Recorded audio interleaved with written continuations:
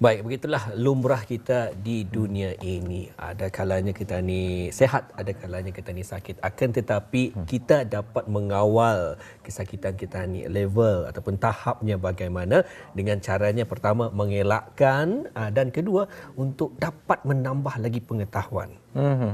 Dan dapat juga tadi kaitkan sebenarnya Muammar dengan penjagaan kesihatan kita ni. Apabila tadi bercakap mengenai kesihatan, tadi boleh rujuk saya definisi kesihatan daripada World Health Organization, menekankan kesihatan itu didefinisikan bukan hanya dari segi kesihatan fizikal sahaja, tapi juga kesihatan mental sama-sama amat penting untuk tadi ambil berat. Jadi dalam pada kita ni mengawal kesihatan kita ni, selain daripada tadi melakukan exercise ni Muammar, yang paling penting juga penonton ialah mengawal permakanan kita ni, diet tadi seharian. Apa yang tadi makan dan apa yang harus tadi kurangkan makan. Selain daripada gula yang pernah kami berigahkan pada Auda, pernah kami bawakan pada Auda, hari ini segmen kesihatan kita ni tadi akan berbincang mengenai dengan garam ni Muammar. Betul, garam.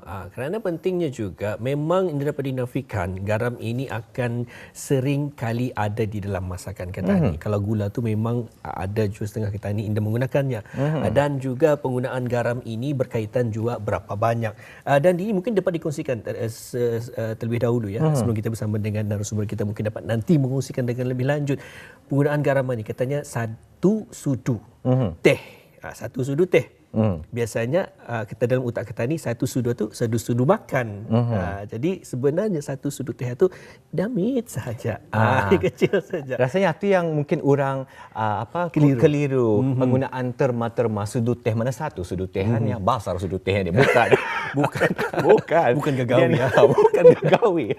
Jadi akan tadi berikan lagi insya-Allah akan tadi berikan penerangan pada bis kita. Jadi untuk segmen kesihatan kita ni hari ini ada penonton, kami membawakan pada bis kita tajuk hari ini strategi kebangsaan pengurangan garam bagi tahun 2023 sehingga 2030. Dan yang datang ke studio hari ini beraya di studio sama-sama untuk mengongsikan mengenai topik tadi hari ini ialah Yang Mulia Nurul Akilah Haji Muhammad Zain, merupakan seorang pegawai projek bagi strategi kebangsaan pengurangan garam 2023 sehingga 2030. Baik, Assalamualaikum Puan. Waalaikumsalam warahmatullahi wabarakatuh. Dan selamat Hari Raya. Selamat Hari Raya. Apa banyak Puan? Alhamdulillah, syukur kepada Allah. Alhamdulillah. Sudah sarapan ni Puan? Sudah, alhamdulillah. Sudah, alhamdulillah. Ini amat penting ni untuk memulakan percakapan kita ni. Baik, menyentuh tentang sarapan ini Jo Puan. Memang dia dapat dinafikan.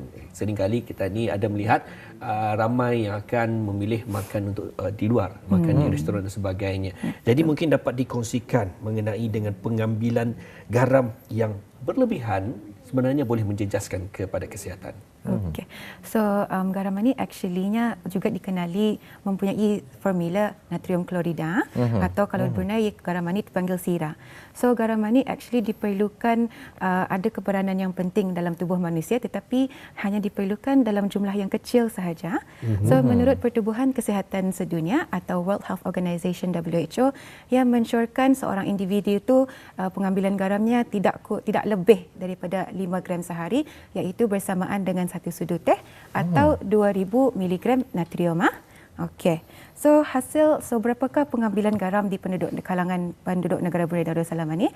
So hasil daripada dapatan daripada kaji sidik kebangsaan penyakit-penyakit tidak berjangkit yang dilakukan pada tahun 2016 menunjukkan bahawa secara purata pengambilan garam di penduduk negara ini adalah 10 gram sehari. Kalau kami bandingkan between penduduk lelaki dan penduduk wanita, penduduk lelaki ni ia mengambil garam lebih banyak at 11.5 grams berbanding daripada penduduk wanita 8.5 gram sehari. So berbalik kepada persoalan tuan-tuan mengenai pengambilan garam yang berlebihan akan menjejaskan kesihatan ini, itu adalah betul. Kerana pengambilan garam yang berlebihan ini adalah faktor risiko utama bagi tekanan darah tinggi yang seterusnya akan membawa kepada terjadinya penyakit-penyakit kardiovaskular seperti stroke dan penyakit jantung. Selain daripada itu, ia akan juga menyebabkan penyakit buah pinggang, obesiti dan juga dan juga penyakit-penyakit yang lain lah. So penyakit kardiovaskular seperti stroke dan penyakit jantung ini ia adalah penyebab terbesar kematian pramatang di negara Brunei Darussalam semenjak sedekad yang lalu. So and then kaji selidik itu juga mendapatkan bahawa di kalangan penduduk Brunei ini yang orang-orang dewasanya 28 daripada orang dewasa di penduduk di negara ini mempunyai tekanan darah tinggi. So that is actually quite high lah. And then if we see again between penduduk lelaki dan wanita, penduduk lelaki ni lebih tinggi. Ia punya 30.2% daripada penduduk lelaki mempunyai tekanan darah tinggi berbanding dengan penduduk wanita iaitu 25.8%. So what does this tell is that penduduk lelaki ini mempunyai risiko yang lebih tinggi untuk mendapatkan penyakit kardiovaskular berbanding daripada penduduk wanita. Okey. So pengurangan pengambilan garam ini secara khususnya natrium adalah memainkan peranan yang penting dalam melindungi rakyat daripada beban penyakit-penyakit tidak berjangkit. And then menurut pihak WHO, pengurangan pengambilan garam ini adalah salah satu cara yang cost efektif dalam meningkatkan kesihatan kita ni. So because of that, Kementerian Kesihatan Negara Brunei Darussalam telah mereka bentuk dan melancarkan strategi kebangsaan pengurangan garam tahun 2023 hingga 2030.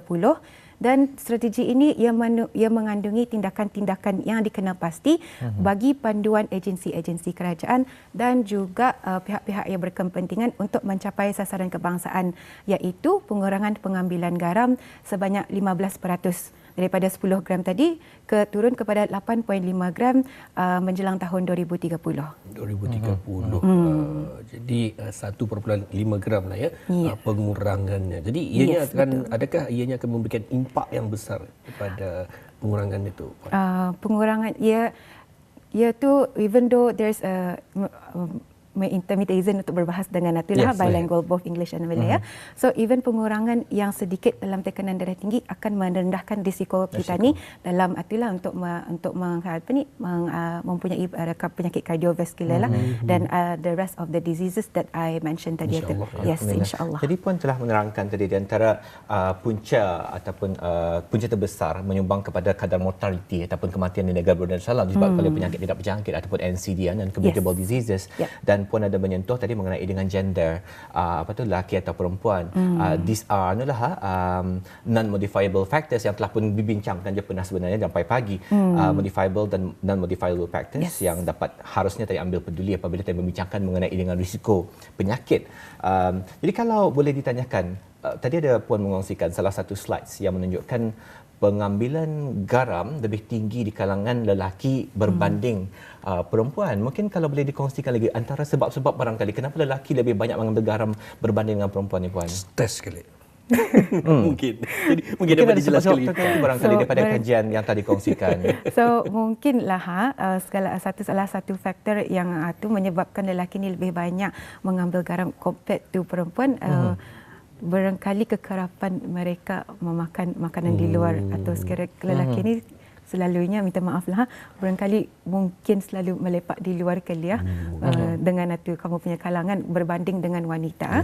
So makanan di restoran-restoran mungkin makanan yang di restoran ini ia secara umumnya secara lazimnya akan mengandungi garam yang lebih tinggi daripada masakan-masakan yang di rumah. Dan ini mungkin akan lebih bertambah kalau rasanya mereka ini memakan makanan segera ataupun fast food ya. Yes, betul. Mungkin di sana juga ya. Jadi rasanya salah satu topik yang mungkin boleh dikaji dengan lebih mendalam barangkali Puan boleh dilihat dari segi perbezaan jantina, gender dan bagaimana gender ni boleh mempengaruhi risiko sesuatu penyakit ataupun pengambilan garam, gula dan sebagainya. Ini boleh dikaitkan dengan soalan saya yang seterusnya ni Puan. Tadi cukup maklum seperti yang dikongsikan tadi oleh Puan Nurul Akilah juga mengenai dengan bagaimana cara sebenarnya mengurangkan risiko non-communicable diseases ataupun penyakit tidak berjangkit ialah dengan memerhatikan pengambilan garam kita ni seharian dalam diet kita ni seharian. Jadi mengurangkan diet seharian boleh mengurangkan risiko penyakit tidak berjangkit. Jadi mungkin ada yang bertanya, macam Puan ada mengongsikan tadi, lebih gemar, ramai daripada masyarakat kita ni mungkin lebih gemar makan di luar dan sebagainya. Jadi selain daripada itu, apa lagi cara-cara yang lain yang boleh kita lakukan untuk mengawal pengambilan natrium ataupun sodium ya, seperti yang Puan kongsikan tadi, ataupun dalam erti kata lain, dalam layman term maksudnya garam lah ni Puan. Yes. Macam mana cara yang terbaik untuk mengurangkan garam dalam permakanan kita ni seharian? Okey, kalau dilihat macam mana untuk mengawal atau kami punya pengambilan makanan dalam itu seharian, ia boleh dilihat daripada 3 aspek. Satu adalah ketika kita ni makan, ketika kita ni masak di rumah. 2 is apabila kita ni makan di luar restoran, dan ketiga ialah actually apabila kita ni makan membeli belah. Okay, so I'll touch on the first one. Actually, the second one actually is apabila kita ni makan di luar restoran, because not only di kalangan penduduk lelaki tetapi di wanita juga. Pada masa ni malas sudah kita ni makan di luar restoran kali ya. Yes. So one of the ways that we can do to control our salt intake is actually the first one is kurangkan, kalau kita pesan makanan di restoran tu, kita pesanlah kurang manis atau kurang kurang garam. Payah kali Puan, pasalnya biasa apa telur masin, ikan masin. Apa lagi tu Muammar? Sambal lagi. Memang banyak. Ayam goreng pun kalau dilihat memang terasa masin. Ada yang terasa masin. Betul. So itu tu apa yang kita ni boleh actually, kalau kita ni order tu boleh kita ni pesan pulang arah tu, pesan yang kurang garam atau tanpa MSG. They can actually do that. Yes, the second one is actually untuk hadkan atau elakkan daripada memesan makanan yang ada kuah atau sos atau ada sup. Tadi ada saya mendengar pasal ni lah. So actually-nya is sometimes we cannot help it, but we want to eat mi basah, we want to eat laksa, kan? It's okay actually. Once in a while you can order that, tetapi tapi macam limit, control ourselves not to finish the whole of the soup lah, because itu yang mengandungi garam yang tinggi. And then kalau in terms secara pemasakan di rumah, actually kami mau di kalangan penduduk rakyat ni untuk mengamalkan tabiat untuk menggunakan secubit garam sahaja. Ya, indah pulang akan mencukupi, tapi secara lain alternatifnya untuk menaikkan dan menambahkan rasa dalam masakan-masakan kita ni adalah untuk memperbanyakkan penggunaan garam, mempunyai bawang-bawangan dan macam rempah-ratus asli ya, untuk menaikkan. Memang payah je Puan ya. Kita ni maklumlah Melayu ni memang cukup dengan rempah-ratusnya. Tapi ingin saya bertanya je Puan, minta maaf je Puan ya. Okey.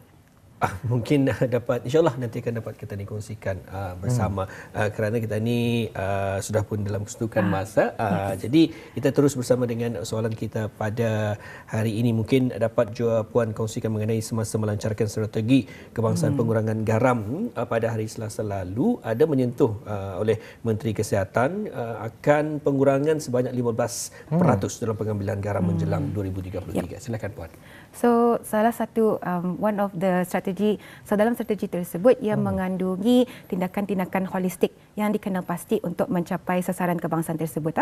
So I'll just touch on few of the things lah. So one of the things is actually untuk melancarkan dasar kerajaan, melaksanakan dasar kerajaan. So dasar kerajaan ini yang memastikan pengusaha-pengusaha makanan untuk menghasilkan produk-produk yang lebih sihat dan yang berbatutan lah. So how do we do this is actually untuk bekerjasama dengan sektor-sektor swasta untuk meningkatkan ketersediaan dan kebolehcapaian untuk menghasilkan produk-produk rendah garam. So it's actually, for example, we like to use ketchup, we like to use soy sauce and sauce chili sauce tomato. Actually in the supermarket itu ada yang alternatif yang rendah garam lah, yang low sodium. So we can opt for that one instead lah. Yes. Jadi itu di antara cara-caranya tu Muammar. Mungkin rasanya bukan lagi mungkin, memang sudah salah satu cara yang harus tani perhatikan, sama-sama tani praktikkan apabila tani keluar makan di restoran. Seperti dikongsikan tadi oleh Puan Nurul Akilah, tani boleh meminta sebenarnya untuk mengurangkan penggunaan garam dan gula, dan apabila auda melakukan pembelian membeli belah dan sebagainya, pilih makanan yang sihat. Jadi kita ni sebagai pengguna sebenarnya mempunyai harus sebenarnya bijak memilih dalam pemilihan permakanan kita ni seharian. Jadi Puan, sebelum tadi ke soalan terakhir mengenai dengan kalau ditanyakan pada kita nasihat ataupun saranan kepada orang ramai, mungkin ada yang bertanya ni Puan, bahayanya garam maninya. Kalau ku ingin mengambil garam langsung, katanya macam mana? Boleh kita mengambil garam langsung? Sebenarnya tidak disarankan bagi seorang yang sihat dan tidak mempunyai sebarang penyakit untuk tidak memakan sesama sekali makanan yang mengandungi natrium. Because natrium ni actually ada fungsinya dalam tubuh badan kita ni. Seperti menyerap untuk membantu menyerap nutrisi dan air. Sel-sel tubuh kita ni itu ia juga ada membantu dalam otot-otot kita ni untuk berkontrak mengimbangkan cairan dalam tubuh badan dan mengatur tekanan darah. Tetapi walau bagaimanapun ia hanya diperlukan dalam jumlah yang kecil sahaja.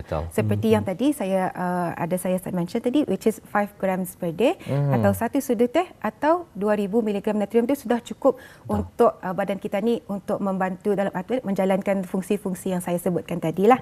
Yes. Jadi ada fungsi-fungsi yang tertentu. Jadi itu kalau garam yang tadi nampak puan, jadi ada garam yang hidden yang orang ini tadi nampak. Contohnya saja selain daripada makanan tadi seharian, masa ni pun dapat dilihat juga di pasaran ada jual gula-gula yang mengandungi garam dan sebagainya. Memang ada fungsinya, tapi yang paling penting sekali tentu mengetahui kadar yang patut tadi ambil. Jadi soalan terakhir puan, dalam keterbatasan waktu, memang cukup menarik topik ini. Keterbatasan waktu kita ni puan mungkin boleh diberikan kesempatan untuk pihak puan untuk memberikan saranan barangkali kepada orang ramai, pada khususnya bagi penonton sampai pagi hari ini. Silakan puan. Okay, so I think one of the things that we can do one of the nasihat that I can give is actually untuk mengetahui dan meningkatkan kesedaran tentang di mana sumber-sumber garam dalam pada kami punya sarian pemakanan ini. Usually we don't eat garam as garam itu. We actually yang tuan tu betul. What is the hidden garam daripada pemakanan seharian itu? So kalau kami sudah tahu di mana garam kami itu, we can control actually what we eat throughout the rest of the day itu. Okay, and then the second one is actually I think dalam pemasakan Brunei ni, ia memang secara kebiasaannya kami campur garam, cube stock, and then tapak lagi oyster sauce macam tu. Banyaklah, so itu kirakan dalam satu masakan tu the total garam tu very very high already lah. Itu untuk satu masakan saja tu. So what are the things that we can do is we want to highlight that we can actually use secubit garam sahaja, tapi we use berbanyakkan barang segala macam ratus asli dan also bawang-bawangan itu untuk menaikkan garam itulah rasa. Yes. Alhamdulillah telah pun berkongsi sama pada hari ini, berkesempatan kepada habis kita walaupun ianya singkat saja untuk hari ini. Banyak sebetulnya ingin kami tanyakan, apakah juga penggunaan garam-garam tersebut dan juga bagaimana untuk kita mengelakkan dan sebagainya. Malah juga tadi sempat dikongsikan 5 gram itu bertepatan dengan 1 sudu teh. 5 gram bukannya 1 sudu makan. Sudu teh. Baik, kita ucapkan terima kasih kepada narasumber kita ya Dini. Betul, kita ucapkan terima kasih kepada Puan Nurul Akilah Haji Muhammad Zain, merupakan seorang pegawai projek untuk strategi kebangsaan pengurangan garam 2023 hingga 2030. Terima kasih Puan. Terima kasih. Assalamualaikum. Waalaikumsalam.